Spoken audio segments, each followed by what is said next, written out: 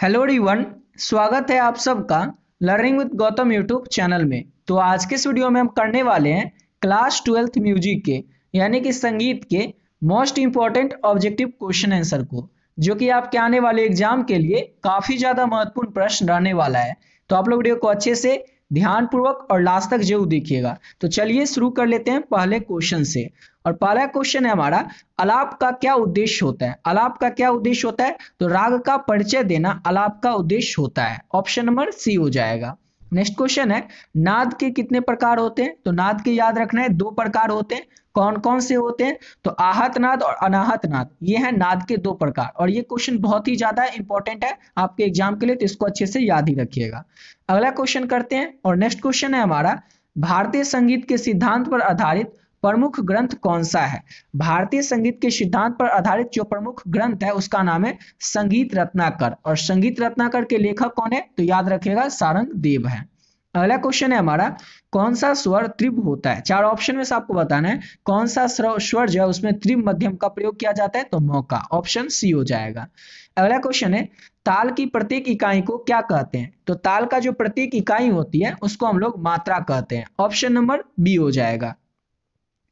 अगला क्वेश्चन है, किस ठाट में सभी स्वर शुद्ध होते हैं? किस ठाट में सभी स्वर जो है वो शुद्ध होते हैं? तो बिलावल ठाट में सभी स्वर जो है वो शुद्ध होते हैं। ऑप्शन नंबर बी हो जाएगा। अगला क्वेश्चन है, राग भैरवी का वादी स्वर कौन सा होता है? तो राग भैरवी का मौ जो है ये वादी स्वर होता है। ऑप्शन नंबर बी हो जाएगा। अगला क्वेश्चन है हमारा, भारतीय संगीत में सप्तक को कितने भागों में विभाजित किया गया है? तो भारतीय संगीत में सप्तक को 22 भागों में विभाजित किया गया है। ऑप्शन सी हो जाएगा। और सप्तक में स्वर होते हैं 7 और सप्तक के जो प्रकार हैं वो होते हैं 3। इसको भी याद रखिएगा। अगला क्वेश्चन है हमारा, गंधार ग्राम किससे संबंधित है? तो गंधार ग्राम जो है ये स्वर प्रणाली से संबंधित है। किससे संबंधित है? तो स्वर प्रणाली से संबंधित है गंधार ग्राम, यानी कि ऑप्शन नंबर ए हो जाएगा। अगला क्वेश्चन है, किस राग में पंचम स्वर वर्जित होता है? कौन से राग में ना पंचम स्वर जो है वो वर्जित होता है? तो राग मलकौस में पंचम स्वर जो है वो वर्जित होता है, यानी कि ऑप्शन नंबर बी हो जाएगा। अगला क्वेश्चन है, भारतीय संगीत में स्वर के कितने प्रकार होते हैं? तो ये तो सबको पता होगा कि भारतीय संगीत में स्वर के जो है 7 प्रकार होते हैं और चल और अचल मिलाकर के 12 प्रकार होते हैं। अगला क्वेश्चन है, संधि प्रकाश राग कौन से होते हैं? तो वैसे राग जिसको कि प्रातः काल में यानी कि सुबह में या फिर संध्या के समय में गाया बजाया जाता है उसी को कहते हैं संधि राग। ये क्वेश्चन आपसे पूछा जा सकता है लघु तरीके में भी, तो आप लोग याद रखिएगा वैसे राग जिसको कि सूर्योदय होने से पहले या फिर सूर्योदय होने से पहले या फिर सूर्योदय के समय में गाया बजाया जाता है उसी को कहा जाता है संधि प्रकाश राग।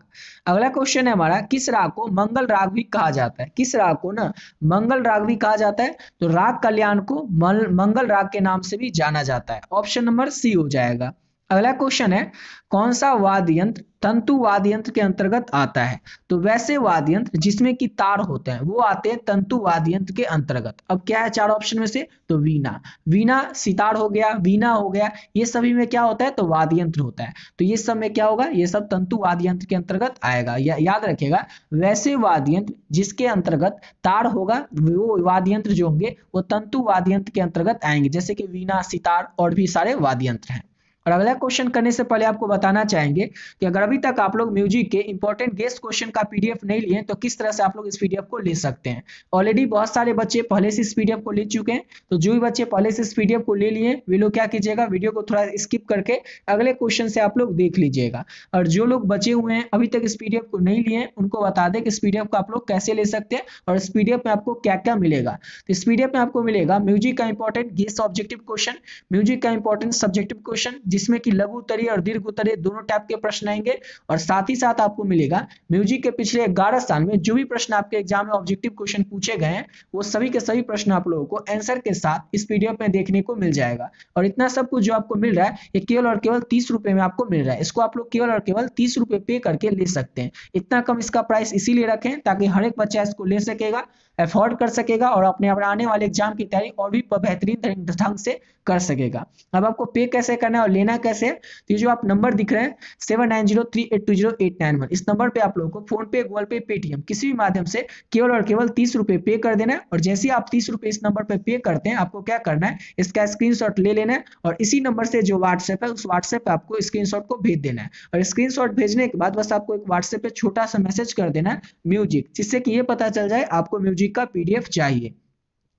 जैसे आप पे करके स्क्रीनशॉट भेजेंगे, सब्जेक्ट का नाम बताएंगे म्यूजिक, आपको जो पीडीएफ है तुरंत मिल जाएगा। और इसमें जितना ऑब्जेक्टिव सब्जेक्टिव क्वेश्चन दिया हुआ है, अगर इसको अच्छे से कर लेते हैं तो इसके अलावा आपको और कुछ करने की जरूरत ही नहीं पड़ेगी आपके बोर्ड एग्जाम के लिए, समझ गए ना। इसमें जितना ऑब्जेक्टिव क्वेश्चन है इसको कर लेते हैं तो इसी से सारे क्वेश्चन आपको एग्जाम में देखने को मिल जाएगा, चाहे वो ऑब्जेक्टिव हो या सब्जेक्टिव हो। क्योंकि एग्जाम में क्वेश्चन कहीं से भी आएगा तो जो भी आपके सिलेबस में टॉपिक दिया हुआ है उसी टॉपिक से क्वेश्चन आएगा। और हर एक टॉपिक से रिलेटेड जो भी क्वेश्चन बन सकते थे, इंपॉर्टेंट क्वेश्चन, ऑब्जेक्टिव और सब्जेक्टिव, सारा प्रश्न इस पीडीएफ में ऐड कर दिया गया, समझ गए। तो जो भी बच्चे बचे हुए हैं अभी तक इस पीडीएफ को नहीं लिए तो आप लोग इस पीडीएफ को ले सकते हैं। चलिए अब आते हैं अपने अगले क्वेश्चन पे। और अगला क्वेश्चन है पखावज जो है इस किस प्रकार का ये वाद्य है। तो पखावज जो है ये अवनद वाद्य यंत्र के अंतर्गत आता है। किस वाद्य यंत्र के अंतर्गत आता है पखावज, तो अवनद वाद्य यंत्र के अंतर्गत आता है पखावज। ऑप्शन नंबर सी हो जाएगा। अगला क्वेश्चन है श्रुति का संबंध किससे होता है। तो श्रुति का जो संबंध है वो स्वर से होता है। ऑप्शन नंबर बी हो जाएगा। अगला क्वेश्चन है संगीत में ठेका का उपयोग किसके लिए किया जाता है। तो संगीत में जो ठेका है इसको ताल को बांधने के लिए उपयोग किया जाता है। ताल को बांधने के लिए संगीत में ठेका का उपयोग किया जाता है। ऑप्शन नंबर बी हो जाएगा। अगला क्वेश्चन है हमारा किस राग में सा स्वर नहीं गाया जाता है। किस राग में ना सा स्वर को नहीं गाया जाता है। तो राग मल्हार में गाया जाता है, राग तोरी, राग यमन, इसमें से तीनों में ही गाया जाता है। सा स्वर को किस राग में नहीं गाया जाता है, तो ऑप्शन डी हो जाएगा, इनमें से कोई नहीं। अगला क्वेश्चन है हमारा गायन में किसका सबसे अधिक महत्व होता है। तो राग और सुर का सबसे अधिक महत्व होता है, सबसे ज्यादा इंपॉर्टेंस होता है गायन में, यानी कि ऑप्शन नंबर बी हो जाएगा। अगला क्वेश्चन है राग बिलावल का समय क्या है, यानी कि राग बिलावल का गाने और बजाने का समय क्या होता है। तो प्रातः काल के समय में राग बिलावल को गाया बजाया जाता है, यानी कि ऑप्शन नंबर ए हो जाएगा। अगला क्वेश्चन है राग किसका संयोग है। राग जो है किस चीज का संयोग है, तो स्वर और लय का संयोग है। क्या, तो राग, ऑप्शन नंबर डी हो जाएगा। राग किसका संयोग है, तो स्वर और लय का। अगला क्वेश्चन है भारतीय संगीत में कुल कितने ठाट होते हैं। तो कई बार आपको ऑलरेडी पिछले वीडियो में बता चुके हैं कि इस भारतीय संगीत में कुल ठाटों की जो संख्या है वो 10 होती है। ऑप्शन नंबर बी हो जाएगा। अगला क्वेश्चन है गंधर्व संगीत का जो संबंध है वो किससे है। तो देव आराधना से गंधर्व संगीत का संबंध है। ऑप्शन नंबर सी हो जाएगा। देव आराधना से गंधर्व संगीत का संबंध है। अगला क्वेश्चन है कौन सा वाद्य सुशीर वाद्य का उदाहरण है। कौन सा वाद्य यंत्र जो है वो सुशीर वाद्य यंत्र का उदाहरण होता है। तो वैसे वाद्य यंत्र जिसको कि मुंह से फूंक कर बजाया जाता है वो वाद्य यंत्र आते हैं सुशीर वाद्य यंत्र के अंतर्गत, जैसे कि शहनाई हो गया, बांसुरी हो गया, ये सब जो है सुशीर वाद्य यंत्र का उदाहरण है। ऑप्शन नंबर सी हो जाएगा। अगला क्वेश्चन है हमारा किस राग को सिंगार राग भी कहा जाता है। किस राग को सिंगार राग भी कहा जाता है। तो राग यमन जो है इसको सिंगार राग भी कहा जाता है। ऑप्शन नंबर बी हो जाएगा, राग यमन। अगला क्वेश्चन है हमारा ताल का प्रमुख अंग कौन सा होता है। तो ताल का जो प्रमुख अंग है वो मात्रा होता है। ऑप्शन नंबर सी हो जाएगा। अगला क्वेश्चन है किस राग में पंचम स्वर जो है वो वर्जित होता है। तो राग मलकौस में वर्जित होता है पंचम स्वर। ऑप्शन नंबर ए हो जाएगा। अगला क्वेश्चन है हमारा भारतीय संगीत में सबसे प्राचीन ग्रंथ का नाम क्या है। तो भारतीय संगीत का जो सबसे पुराना सबसे प्राचीन ग्रंथ है उसका नाम है नाट्य शास्त्र। ऑप्शन नंबर ए हो जाएगा। अगला क्वेश्चन है कौन सा वाद्य यंत्र घन वाद्य यंत्र के अंतर्गत आता है। तो घन वाद्य यंत्र के अंतर्गत क्या आएगा, तो झांझ आएगा। ऑप्शन नंबर बी हो जाएगा। अगला क्वेश्चन है हमारा मत ताल में कुल कितनी मात्राएं होती हैं। तो 14 मात्राएं होती हैं। ऑप्शन नंबर इसका ए हो जाएगा। अगला क्वेश्चन है हमारा नेक्स्ट क्वेश्चन किस राग की गान रात्रि के द्वितीय पहर में होता है। किस राग को रात्रि के दूसरे पहर में गाया बजाया जाता है। तो राग दरबारी को। ऑप्शन नंबर सी हो जाएगा। अगला क्वेश्चन है सम का अर्थ क्या होता है। तो सम का क्या अर्थ होता है। तो ताल की शुरुआत सम का अर्थ होता है। ऑप्शन नंबर बी हो जाएगा। अगला क्वेश्चन है किस राग को वर्षा ऋतु का राग भी कहा जाता है। तो जो राग मेघ है जिसकी रचना की है तानसेन ने, इसको वर्षा ऋतु का राग भी कहा जाता है, राग मेघ को। ऑप्शन नंबर ए हो जाएगा। अगला क्वेश्चन है पंडित विष्णु नारायण भातखंडे का योगदान किस क्षेत्र में है। तो ठाट प्रणाली के क्षेत्र में पंडित विष्णु नारायण भातखंडे का योगदान है। ऑप्शन नंबर सी हो जाएगा।